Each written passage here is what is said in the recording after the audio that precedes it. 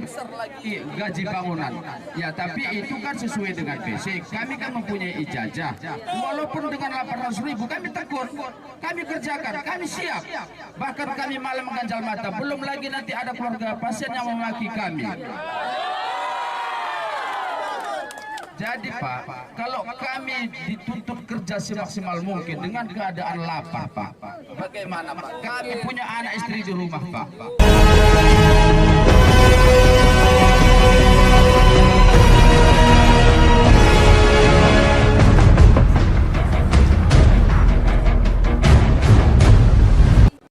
Kemudian dari kami pihak manajemen, ini kan hak mereka untuk melakukan aksi ini, kami tidak ada melarang dan kami juga tidak akan ada melakukan intimidasi apa-apa. Terkait pengurangan upah tadi Kak, itu kan apakah memang pengusulan dari sini atau bagaimana?